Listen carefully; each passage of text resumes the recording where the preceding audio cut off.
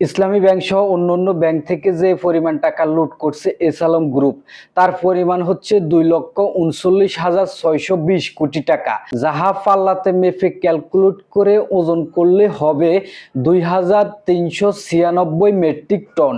1,000 টাকার একটা নোট যদি পাল্লাতে মাপি তাহলে ওজন হবে মাত্র 1 গ্রাম।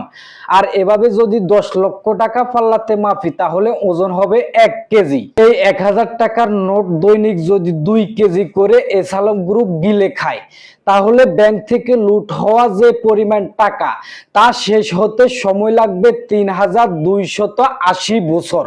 বিএনপি সরকার নতুন করে ইসলামী ব্যাংকের চেয়ারম্যান হিসেবে যাকে নিয়োগ দিলেন সে খুরশিদ আলম ছিলেন আওয়ামী লীগের আমলে বাংলাদেশ ব্যাংকের ডেপুটি গভর্নর এবং এস আলম গ্রুপকে ব্যাংক লুটপাট করতে সবচেয়ে বেশি সহযোগিতা করছেন এই খুরশিদ আলম। স্বরাষ্ট্রমন্ত্রী সালাউদ্দিন আহমেদ 5 আগস্টের পরে তার নিজ এলাকায় প্রথম যে গাড়িতে করে গেলেন সেই গাড়ি হচ্ছে এস আলমের গাড়ি। ইসলামী ব্যাংক, এস আলম গ্রুপ আর বিএনপির স্বরাষ্ট্রমন্ত্রী, এই তিনের সমন্বয়ে আপনার মন্তব্য কমেন্টে লিখুন।